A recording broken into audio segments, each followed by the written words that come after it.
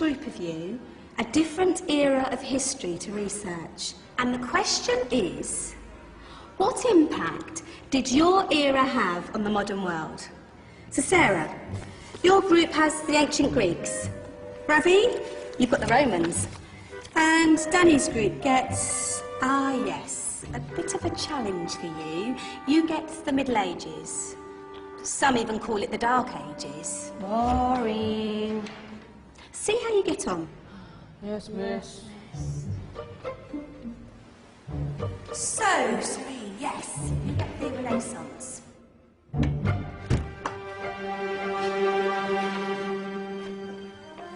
Is that the librarian? I guess so. How are the Dark Ages going to have anything to do with us? Excuse me. Sorry to bother you. What do you want?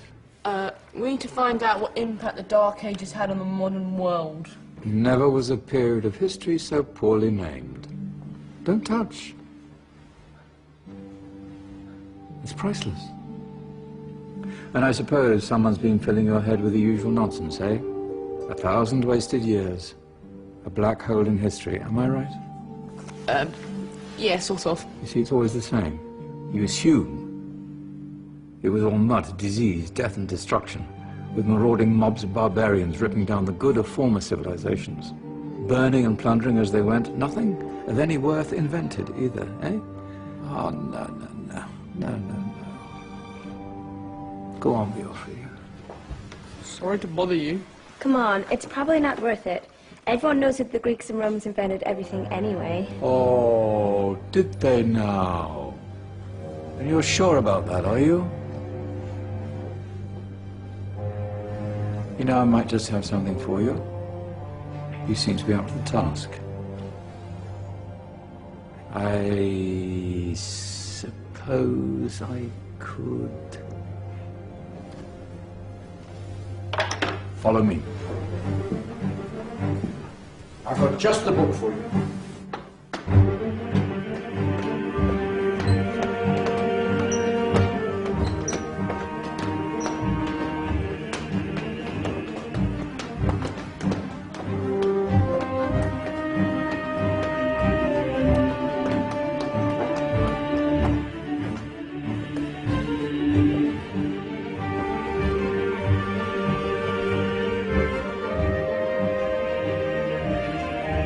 Where are we going? I don't know. Ask him.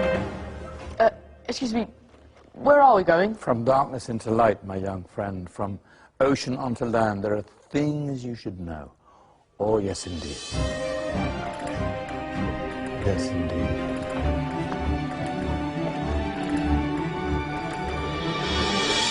Now, I know I left it around here somewhere.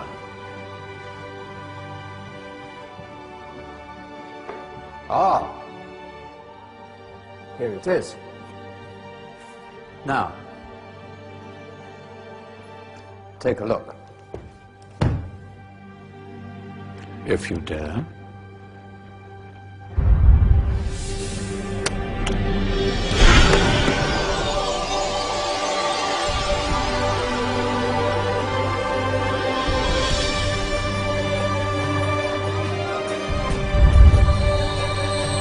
What's going on?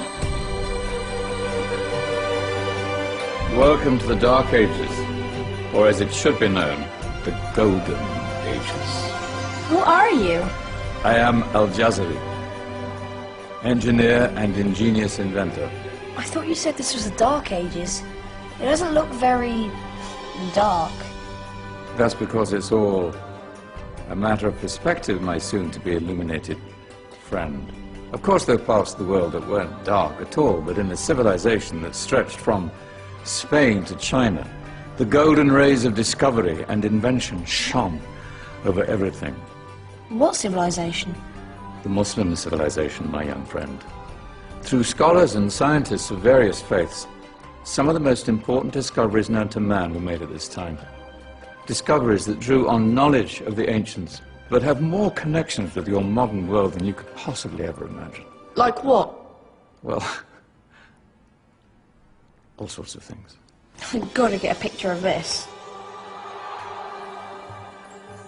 I knew it was a good idea. Who are you? Allow me to introduce Ibn al-Haytham, a great scientist whose ideas led to the invention of the camera. You invented the camera? I laid the foundations for modern cameras by explaining how our eyes work. I found a way of projecting an image onto another surface through a small hole in a dark room, later called camera obscura. Think of all the things that evolved from this discovery. Cameras, cinema, all share the same principle. Cool. Look out below! Who's that? That's my good friend, Abbas ibn Farnas, who gazed up to the heavens, passionate in his belief that man could fly. Whoa. Indeed, he dared to dream about flying 1,000 years before the Wright brothers. Do you know you all take your jet-setting holidays for granted, so it only seems fair to remember Abbas ibn Farnas. Stand by. I'm ready for takeoff.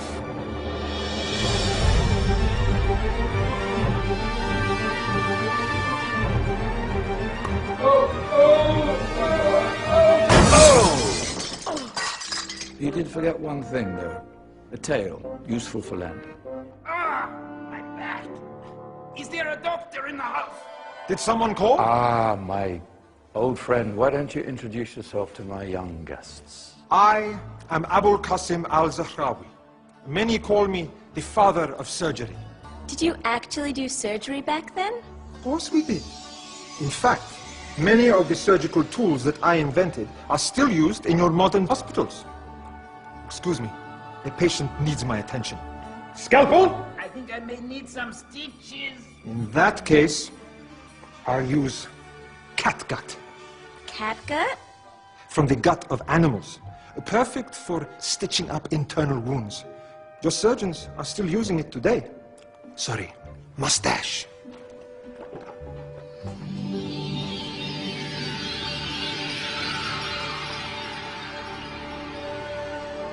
Who's she? That's Maryam al-Astrolabi. One of the many brilliant women of her time, she made sophisticated astrolabes. Astro what? Astrolabes. They show the sky and the stars on a small flat plate you can hold in your hand.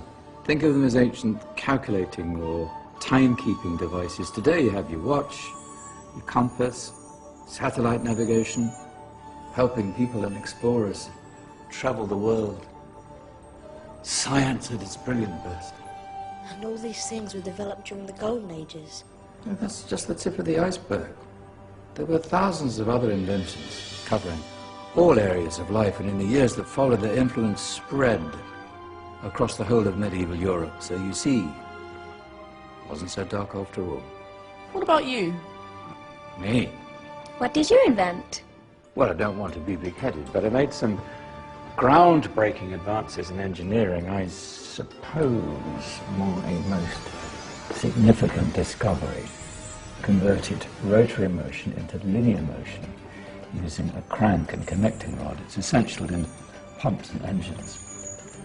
In fact, I've no idea how the Industrial Revolution could have happened hundreds of years later without such a device. Not that I ever get the credit I deserve.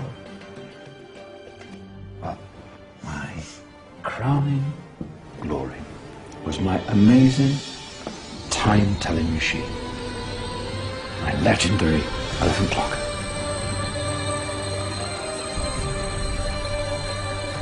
It's a clock. Yes. Dozens of components collected from different cultures around the world. Indian, Greek, Arabian, Egyptian, Chinese. Wow. A United Nations clock. That is pretty cool. Does it actually tell the time? Wow, yes, of course. If it wasn't for me, thousands of people would be late for everything. Speaking of time, we better get you back. And remember, Spread the word. This is the golden age, and I've only shown you a tiny part of this wondrous time. There are countless other scientists and inventions directly connected to your modern world. You're just going to have to find out for yourselves. Oh, wait.